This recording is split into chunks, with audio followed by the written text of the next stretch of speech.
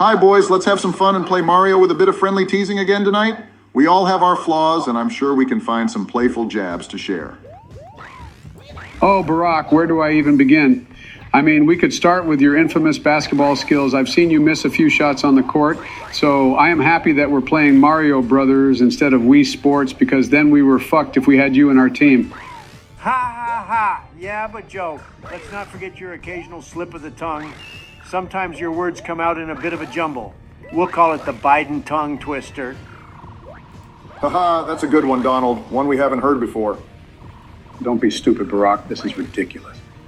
While we're at it, I know something. Donald, I have to say your hairdo has been a topic of discussion for years. It's definitely a unique style. For all our followers, in case you didn't know, Donald's second name is Orange Dumbass. Don't you think it's appropriate? Talking about ridiculous. Shut the fuck up, Michelle, for God's sake. Michelle, I can't let you off the hook either. Your love for gardening sometimes leads to some interesting fashion choices. I've seen you pull off the garden chic look. Now the roasting gets really interesting when Barack starts insulting Michelle. Hold on, I grabbed the popcorn. Where are you talking about, you idiot? You better shut your mouth or you can sleep on the couch tonight. Haha, you're fucked, Barack, but Michelle is right. And speaking of fashion, Donald, your choice of ties always seems to be, well, quite vibrant and eye-catching.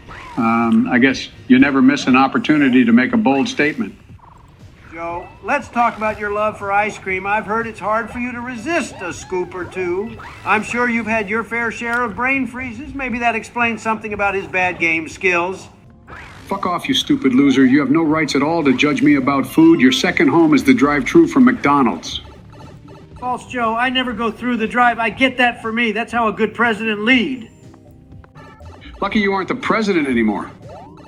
Donald, you've always been known for your confident demeanor, but sometimes your tweets could use a bit of polishing. A little less Twitter drama might be beneficial. Oh, that's impossible, Michelle. Donald is very bad at keeping himself out of the media. He's quite into stupid actions. Shut up, sleepy grandpa. Michelle, you have to admit that Joe has a tendency to go off on tangents during his speeches. We all love his stories, but sometimes they take unexpected turns. Well, Barack, at least I don't need a teleprompter for every public appearance. Some of us can speak off the cuff, you know. Well, it would be nice if you just shut the fuck up once. The only stories that you tell are stupid fiction stories from a child book. But anyway, speaking of appearances, Barack, your choice of mom jeans during your presidency was quite the fashion statement. Donald, while we're on the topic of fashion, I have to say your love for the color gold is quite evident. From your buildings to your accessories, you really know how to make a statement. Well, thanks, Michelle. I take that as a compliment. All right, folks, let's not get too carried away. We're all in good spirits here. Let's remember that even though we tease each other, we respect one another's unique qualities and contributions. You said what? I accept nothing from any of you losers. Donald, shut up. Absolutely, Barack. We may have our flaws, but it's what makes us human. And despite our differences, we've all had the privilege of serving this great nation. That's how I want to hear it, Joe. Let's discuss a topic of great importance, the upcoming election and the potential outcomes. Oh, for God's sake, why again? It is simple as fuck. I beat Joe's ass in the upcoming elections, and he left the building crying for his mommy and begging for homemade cookies to comfort him. That's right, Barack. Let's focus on the issue at hand. Donald, I respect your commitment, but I believe there are reasons why electing you as the next president could be detrimental, so stop dreaming orange head and get a job. Joe, I appreciate your input, but I must say, fuck you. Your experience in politics doesn't necessarily guarantee effective leadership. We need someone like me with a proven track record of success. While I understand your perspective, Donald, it's important to consider the potential consequences of your leadership style. The divisiveness and rhetoric that characterized your previous term were not conducive to fostering unity and progress. That's a valid point, Michelle. The role of the president is about representing all Americans, regardless of their political affiliation or background. And let's not forget the importance of diplomacy on the global stage. Donald, your approach to foreign policy has raised concerns among many leaders around the world. Oh, really, Joe? I've always put America first, and I will continue to do so when I become the next president of the United States. I cannot say that from you. We need leaders who prioritize sustainability and renewable energy, right, people? Like this video, if you agree with me. It's crucial to strike a balance, but we also have a responsibility to future generations. Ignoring the urgency of climate change could have long-lasting and devastating consequences. You can see who is doing good research here, Michelle. I agree with your statement because it is an important topic. But why would you ask our viewers as if they are interested in this? Of course they are, Donald, so shut up and let me do my thing. Whatever.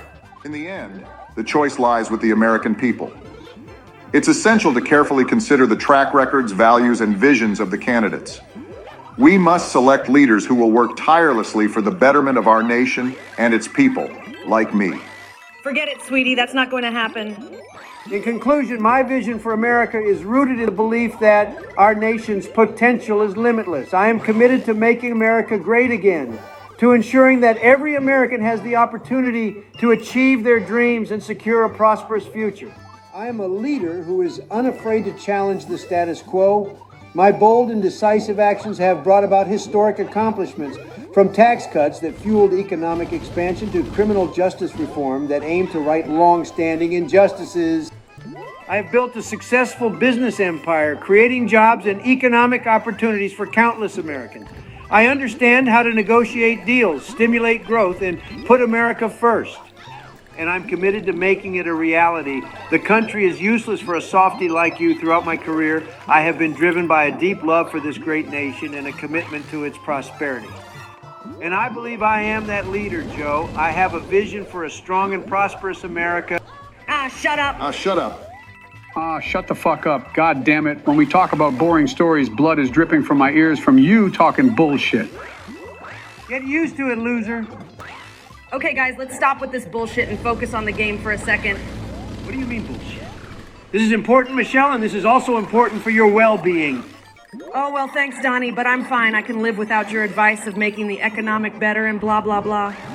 Well, glad some of us finally agree with me that Donald is better off using his mouth to eat than talking about making America better. Leave that to the real president. Okay, so it looks like we can beat this world. Do you think Bowser has another secret world in store for us? Oh, I'm so done with that beast. Better he doesn't have any more weird surprises because I'll destroy him. We haven't seen him once in this world, so how did you think you wanted to do that? Do you think that's so crazy, Michelle, and in the other worlds he only shows up at his last castle because he's afraid to burn his ass, huh? Actually, I also hope that not 20 new worlds have been made. Maybe we should send an email to Nintendo. Yes, great idea, Grandpa. Then also send an email to Bowser to ask if he'll prepare the tea and biscuits for us before we reach the last level. Tea and biscuits? Do you really think he would do that? No, of course not, stupid idiot. Do you really think Bowser has an email address, Joe? He's a character in this game, remember?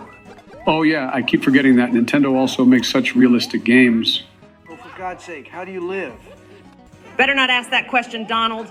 Although it seemed to be moving in the right direction for quite a while, but alas, Joe's pills have worn off. Fuck off you both, but if this game ends soon, which game are we gonna play next? Do you have suggestions, Joe? What about chess? Chess? Are you serious, Joe? I'm not surprised you pick a game that fits your generation of the 90s, but I'm a little surprised since you underestimate how hard chess is. I'm 80 Donald, but thanks, and yes, I know that. But chess is also popular among young people and is a highly valued sport that requires careful thought. Yes, exactly. Two things you are bad at, sports and thinking. Well, I think chess can be interesting. What about you, Barack? I am a master in chess. I played that game so many times with my dad and beat him time and time again, so Joe, bring it on. Oh, come on. Why can't we play a new horror game of golf or something? Well, ask the viewers, which game do you prefer? We can also try a bunch of new games that we're not have played that is also funny. Oh yeah, that sounds great. Well, let us know in the comments what you guys think. I love every game, but not the most scary horror game, because that makes me afraid when I want to sleep. I would be so scared to sleep with Barack next to you. Shut up, dumbass.